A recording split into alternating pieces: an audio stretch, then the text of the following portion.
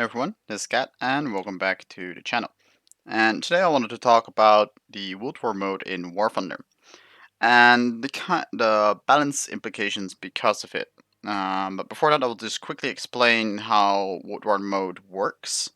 So you get these scenarios where you can send army groups back and forth, and when two of different sides are on the same tile, they will start a battle. And generally, it will be medium tanks and SPA versus medium tanks and SPA, and then sometimes you will get light tanks in this case, and helicopters and aircraft alongside with those. But the vehicles that you use are predefined, which are stated right here for the Chinese farm scenario. And if you guys have paid a little bit of attention to World War mode, you would have noticed that we also had the Fulda Gap scenario, which was kind of a disaster, really, because of imbalance between Russia and, in that case, Germany. In this case, we have basically Russia versus America here. And I'm going to talk a little bit about why that is, because whenever you enter combat with one of these groups, if you do not have any of the required vehicles, you'll be given the weakest vehicle in terms of BR. So, for example, here we have the M163 at 8.0 and the M42 Duster at 6.0. So if you don't have either of these, you will get a fully spaded M42 Duster. In comparison, they got a Shuka or a ZSU 57-2.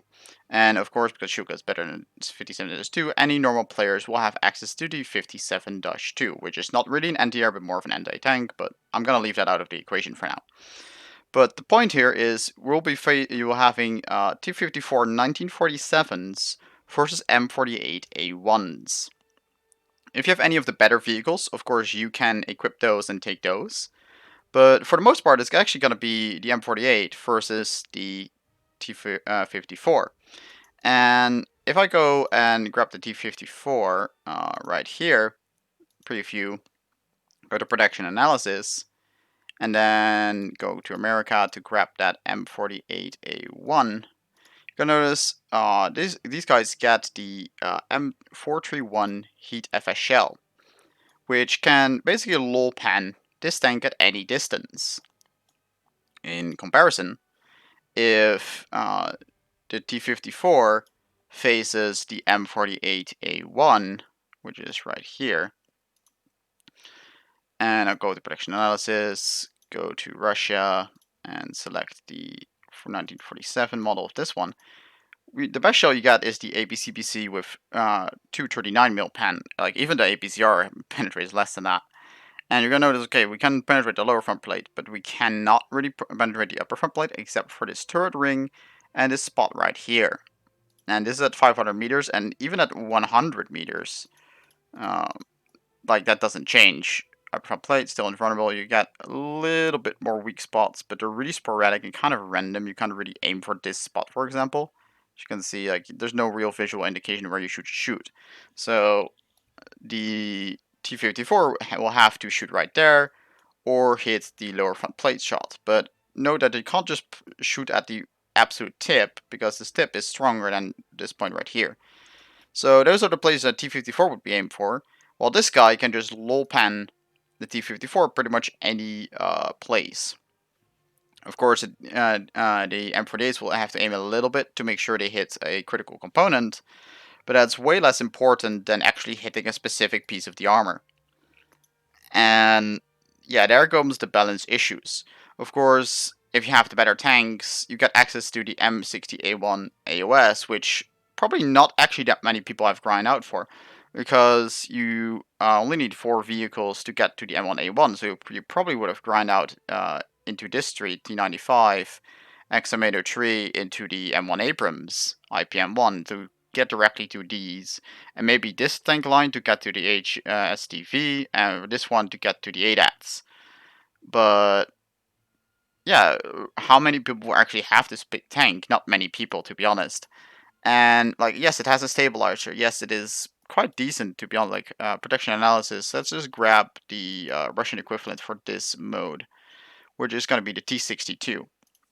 With the best shell being 350 millimeter heat. APDS, APFSDS to be honest. So upper front plate can be penetrated. Turret can be penetrated. Lower front plate is actually thicker than the upper front plate for this one. But yeah, I will go through like butter. But you do have to actually aim for a critical component with this shell, as you can see right there. And then in comparison, we're gonna grab the T62. Where is it? Here it is, T62. Protection analysis. Go to America and M60 AOS. There we go. M60 AOS. The best shell we get for this one is a 400 millimeter heat round. And okay, this one basically can low pan anywhere. So they're both in kind of the same boat. I would say that the M60 has the slight advantage because the heat FS does more damage than the APFSDS. And this tank is more compact, so there's a higher chance of actually hitting a critical component. Both are stabilized, so that doesn't matter. Ability doesn't really matter too much either. But the fact remains that actually this stack tree right here, you're much more likely going to have a T62 than to have the M60 AOS. So that while it has a slight advantage on the AOS, it's generally going to lose it because very few people will have it compared to the T62. And yeah, that's where the kind of imbalance from this one we'll get into. I'm not even going to go talk about the other vehicles, to be honest. We got Phantoms and A4B and this F100. But yeah, any normal players will get the A4B. Well, I'm pretty sure on this side, the thing you'll get, if you're at least on the fighters, you will get the MiG-17. If you have attackers, you get IL-28s. So that's another thing there. Actually, this is the attacker. So we will get F100 versus MiG-17s. That's not too bad. Helicopters are not too bad either. But here we got a PT-76 with very underwhelming performance compared to the AMX 1390. So that one gets a massive performance compared to the PT-76.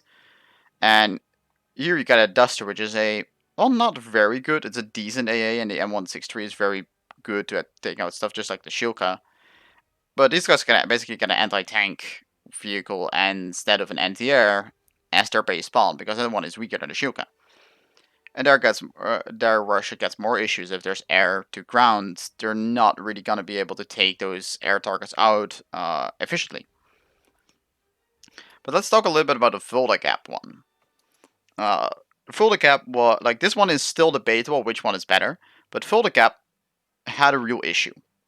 Like, if you looked at the top tier tanks, it wasn't too bad. You had the T80, which I got a test drive for just for this. Protection analysis. We're gonna grab ourselves the Leopard 2A4, which was the strongest opponent it would face. The M23. We're gonna set the range to 1,000 meters, which is kind of a normal engagement distance at that point. And other than this really random point right in the middle of the upper front plate and the turret cheeks, you can pretty much go through this entire tank where you want. Even if you have a slight angle here, you can even just go through the roof, take out the breach like that. So yeah, it can low pan. And in comparison, the 2i4, I have something very identical to it, the 121. I do not have the 2i4, so that's why I'm using this one. Protection analysis. Gonna grab ourselves the T80B. The best round they get is this 279mm pen APFSDS. And again, can basically penetrate any part of the upper front plate. There's only a few parts where it doesn't do anything, and you can shoot through the mantled area. The breach, the side cheeks are still fine for the most part, except for the optic port. But the optic port doesn't really take out too much because the gunner is sitting rather low, so that's okay.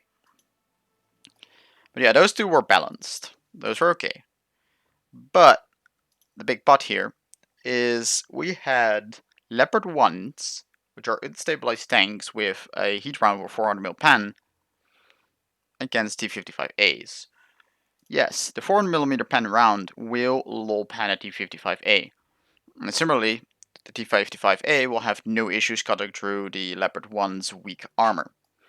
But the issue is, the T55 has a stabilizer, meaning that in any engagement where both are driving, T55 will win, because the Leopard 1 cannot reliably aim while on the move, while the T55 can. And to make matters worse, in terms of anti-air, the Russians got the Shilka and the Tunguska, while the Germans got Jeopard, which is similar to the Shilka, I guess, and the Roland 2, which is in pretty much every way inferior to the Tunguska. It only gets 2 missiles compared to 8, and it doesn't get any automatic cannons, while the Tunguska gets 4 30 mils. Yeah, that's a problem. Furthermore, if you had fighter spawns in the air on both teams, what you would have is you get MiG-17s versus G91 R3s. Yes, the G91s will absolutely stomp if you happen to have air spawns while the Russians did not. But if both had air spawns, the MiG-17s would take out the G91s all day, every day. The G91s with the missiles are not equipped to take out any air targets at all. They're like no chance, really. So in that case, they would get stomped. The only moment where Germany would actually stomp Russia is if they had a very large amount of airplane spawns and the Russians did not have any air in response. But what you generally would see is like the imbalance at some point got so bad that you would take like 5+ minutes to queue up for an operation for Russia. Well, in Germany, you would basically immediately get an operation. But then, if you load it into a battle as if your squad had a Russian operation going, then there wouldn't be any Germans in that match. You would literally be just with your team. You would stroll over to the capture point, and by the time you arrive there, maybe a few German players would spawn in, but you would be already at their spawn, ready to camp them right away while you cap the point. Victory assured. The only moments where the Germans won were the automatic battles, because they are technically on the defensive side and they have a bonus apparently if the automatic battles are resolved. And for some reason, about half the battles were solved automatically, despite players trying to actually enter those matches. So while the individual matches were extremely unbalanced, because of that automatic mechanic, the win-loss rate for operations as a whole were actually not that bad. But it's kind of saying something that the Germans have to rely on automated finished battles to actually win operations for them, because their tank lineup was so bad that they couldn't compete. Like, it would have been an entirely different story if the base tank for the Russians was in fact the T-54. No matter which version of it, they do not have a stabilizer. So that would be perfectly acceptable, to be honest. But no, that's not allowed. So yeah, that led to quite a few issues. And yeah, I really hope that Gaijin can actually change the lineup for the Folder Gap. Because, yeah, there needs to be some kind of balance instead of, yeah, Russians always ruffle stumping the Germans all day, every day, and that's just no fun. Yeah, I don't really have anything else to say, guys. We haven't tried out the Americans versus the Russians just yet, so I don't know how these ones are gonna stack up. But looking at the base tanks, the M41 and the MX-13 are better than the PT-76 and the T-54, but the T-62 is probably gonna outperform the M60A1, and there's probably gonna be more T-62s than M60A1s anyways. But yeah, that's really all I got to add for today, guys. So hope you guys enjoyed, and I'll see you guys all in the next one. See ya.